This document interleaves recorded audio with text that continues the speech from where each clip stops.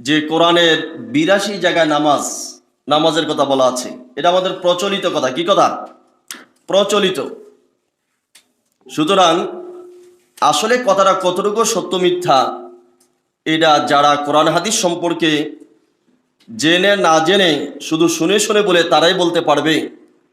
আমি কোরআনের প্রতিটা পৃষ্ঠা খুলে শুরু থেকে ৩০ পারা পর্যন্ত যতটুকু বাস্তবে দেখেছি, কোরআনের ৯৯ জায়গার মধ্যে আল্লাহ তাআলা নামাজের কথা বলেছেন। যে আপনি যাহাই করেন, যে বড় পাপ করেন, কোনো অসুবিধা নেই, আপনি নামাজটা ঠিক রেখেন। এমনি কয়, এই দান্দাবাজের বাচ্চা, কে কইল তোমার এই কথা যে তুমি যা মঞ্চে তাই করো, কোনো অসুবিধা নাই, কিন্তু নামাজ ঠিক রাখেন। নামাজের হিসাব নামাজে আর পাপের হিসাব পাপে। কই পাইলেন? কোরআনে কোন হানে এই কথাটা কইল? হাদিসে কোথায় কইল এই কথা যে তুমি পাপও করো সালাতও করো? আল্লাহ কি কইছে? লা তাকরাবুস সালাত ওয়া আনতুম সুকারা, খবরদার সালাতের ধারের কাছেও না নেশাগ্রস্ত অবস্থায়। কয় মৌলবীরা, কিন্তু সুকারা শব্দের অর্থ হলো মোহগ্রস্ত অবস্থায়। মোহগ্রস্ত অবস্থায় সালাতের ধারের কাছে যায় না। আর সুদ খাইয়া ধারে নামাজ পড়স, তুই কি কারে কি মনে করস? সম্পর্কে কোরআনের আয়াত হলো ৮২টা, আর হক বান্দার হকের সম্পর্কে কোরআনের আয়াত হলো ২৭৪টা। তো ২৭৪ বেশি না ৮২ বেশি? তো ৮২টা লে ফালবার বলেছেন, ২৭৪টা তো কনই না। কি রে কইলে? আমি তো মাগনা ওয়াজ করবার আইসি, দেখে আপনার ওয়াজ শুনতে আছে। আমি আপনার মসজিদের ইমাম সামনা, যদি কয় এই যে শুক্রবারে জুম্মার এমন আছে যে খুদবার আগে চাকরি যায় পারে গা, আর যে নামাজ পড়বো, হ্যাঁ ওই নামাজে খারায় কেবল শালার বু খালি সালামটা ফিরাই লই, তোর লাত্তিটা মসজিদটা বাইর করে দেব। এটি বাস্তবতা। এখন আহেন আপনি, আল্লাহ বলছে আল্লাহ রহমানুর রহিম। আল্লাহ রহমান পরম দয়ালু, আল্লাহ রহিম তিনি দাতা এবং দয়ালু।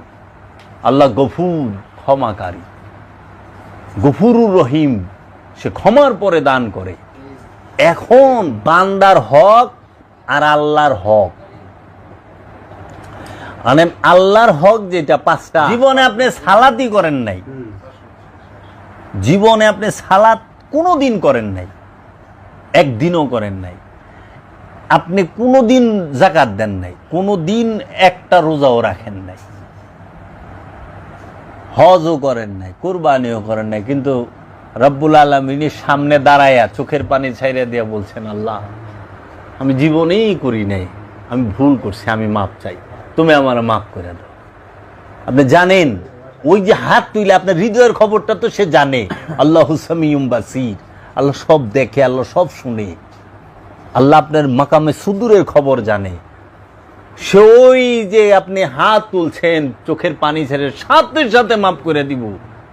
আল্লাহ বলছে, তুই কত গুনাহ করবি, তুই কত গুনাহ করবি, আমি তার থেকে মাফ করতে পারি। সেটা হলো বা আল্লাহর হকের বেলায়। সালাত না পড়লে কেউ কাফের হয় না, গুনাহগার হয়, কারণ সালাত ফরজ। এটা যদি কেউ না করে, সালাত না করে, সে গুনাহগার হয়, কাফের হয় না। যে যাকাত না দেয় সে গুনাহগার হয়, কাফের হয় না। যে হজ না করে, জীবনও করে নাই, সে কাফের হয় না, গুনাহগার হয়।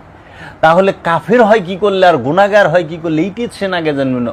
অনেক মোল্লা ঠেলা মাইরে কয় এত নম্বর মৌলবী শরীফের মধ্যে আছে, মৌলবী শরীফের মধ্যে লেখছে যে দেখেন নামাজ না পড়লে কাফের হইয়া যাইবেন। আশ্চর্যের বিষয়, সালাত হচ্ছে ইবাদত, আকীদা না। দাসত্ব আর আকীদা, আকীদার পরে আসে ইবাদত। যার আকীদা খারাপ সে হয় কাফের। আল্লাহ এবং আল্লাহর রসুলকে যদি কেউ বিশ্বাস না করে, আল্লাহকে যদি কেউ বিশ্বাস না করে, সে হয় কাফের। শুধু আল্লাহকে বিশ্বাস না করলে সে কাফের হয় না, আল্লাহর রসুলকে যে মানে না সে কাফের।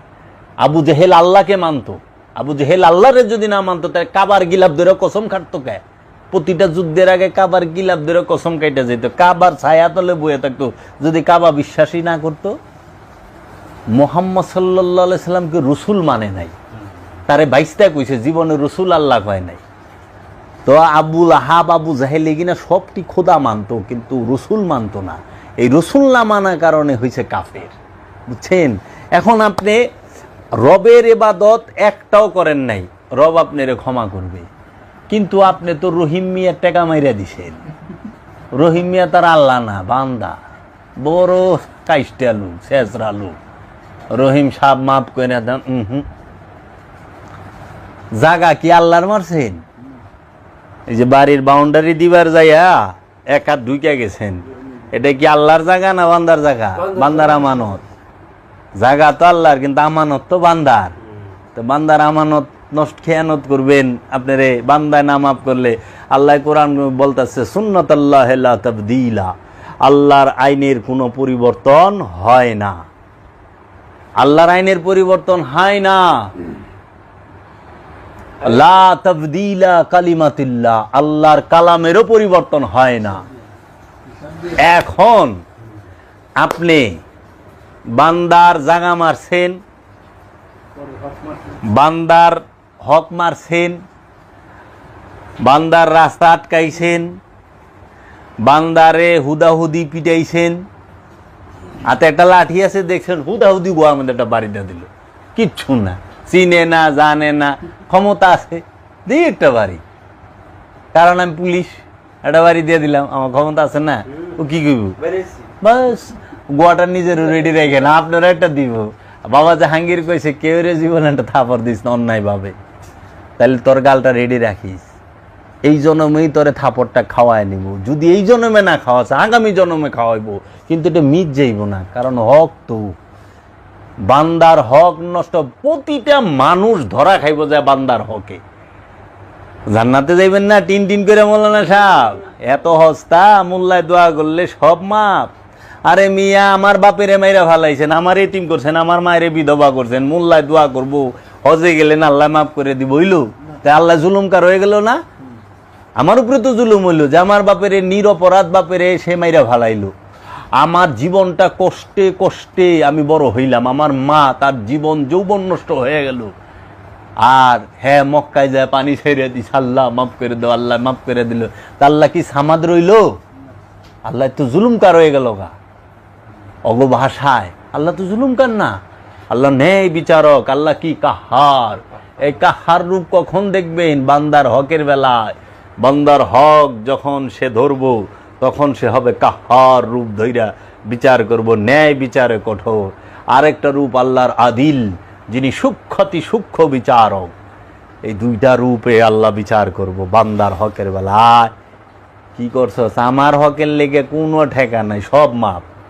বান্দার হক এর লেগে আপনার চলাফেরা আল্লাহর লগে না বান্দার লগে? ঠিক মতো চলতে হইব। ঘুষ খাইলে অবস্থা খারাপ, সুদ খাইলে অবস্থা খারাপ, মাইসেরটা মাইরা খেলে অবস্থা আরো খারাপ, পরের জুলুম করলে অবস্থা আরো খারাপ, দাম বেশি রাখলে দোকানে, ওজনে কম দিলেন, বেজাইলা মাল বেচলেন, সব বান্দার হক। কোরআনে 274 বার আপনারা দোয়া করেন, আমি এটা বাইর করতেছি, হয়ে আইসা আমার অনেকটা, আমি এইটাতে একটা কিতাব বাইর করুন, খালি কোরআনের আয়াতগুলা থাকবো যে মানুষ তোমরা দেহ, এটি কয় না কে রে, হেও বান্দার হকে আটকে রইছে। আল্লাহ কইছে লা তাকরাবুস সালাহ ওয়া আনতুম সুকারা, লা না না তাকরাবুস সালাত, নামাজে সালাতের দ্বারের কাছে যায় না, ওয়া এবং আনতুম সুকারা, মোহগ্রস্ত অবস্থায়। সুকারা শব্দের অর্থ হলো মোহ। আরো যদি ভাঙেন, শাক্কার আরবিতে বলা হয় শাক্কার, শাক্কার মানে চিনি, আর সুকারা মানে মধু, মিষ্টি, মিষ্টি মিষ্টি জাতীয় মিষ্টি দ্বারের কাছে যাইবেন না করছে। লা তাকরাবুস সালাহ ওয়া আনতুম সুকারা, মোহটা মানুষের মধুর থেকেও মিঠা। মানে যে পোলাপানের দিকে চায় থাকেন না, হ্যাঁ আমার পোলাটা কত সুন্দর রে, হ্যাঁ কি করস, একটা হইলো বাচ্চা কাচ্চা হয়েছে, তারা পড়াশোনা করবেন, বড় করবেন, মানুষের মতো মানুষ। আরেকটা হলো মোহ, এই বর্ষ কেন পড়ে যাবা, এইটা করছো, সারাক্ষণ দুই চোখ দিয়া পোলার দিকে ইমন ভাবে চায়া থাকে, হের চোখেই বরবাদ হয়েছে বুটা। এইরকম একটা, এইটা হলো মোহ। মোহ মানে হচ্ছে অ্যাটাচমেন্ট, কোনো কিছুর সাথে লাইগা থাকা। এই মোহের গ্রস্ত অবস্থায় সালাতে যাইবার না করছে। আর ইমাম সাহেব তো দেখে মোহ তো আমার ভিতরেও আছে, এর লেগা এইটার অর্থকরণ যাইব না। এটা এক কাম করো, অর্থ ঘুরাই দাও। লা তাকরাবুস সালাত ওয়া আনতুম সুকারা, তোমরা নামাজের ধারের কাছে যায় না নেশাগ্রস্ত অবস্থায়। বলেন সুবহানাল্লাহ। এই দান্দাবাজের বাচ্চা, কে কইল তোমার এই কথা?